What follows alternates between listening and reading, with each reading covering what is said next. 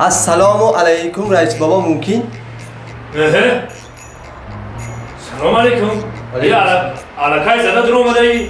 و چی ممکن میپرسی؟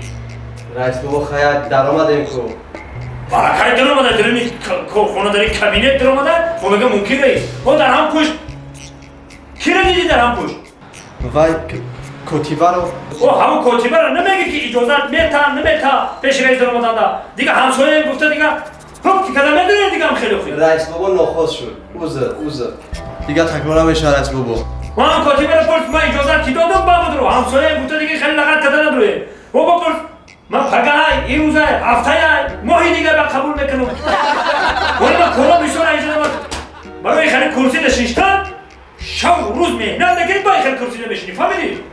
رئیس بخشش دیگه اجازه کی که در آمدم کتیبه تو نمیپرسم همسایه گفته دیگه خیلی لغت کده نداره بخشش برای هم کتیبه را بگو که وقتی من بکار شد من میگم پیش من بزرگ رکم فهمیدی؟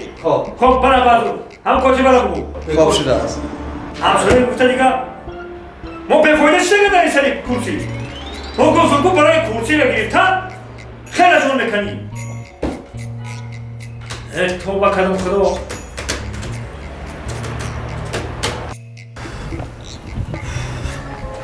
ما بخد میون که سلام علیکم رئیس بابا سازی تیجی همسایه برو تازه بیامونه بوچ بکم رئیس بابا روزی سوختار کده به خونه هم سوخت هم همسایه دایدن آمدن او شپیر بی او کارو برو بی تو بچیلاش در کجا میگردی؟ او رئیس بابا ما دیدم سوختاری خونه تا با درجه میسوخت آهنگای آتش دیدم چه سبب یکی افسوس چی افسوس میخوری آخه؟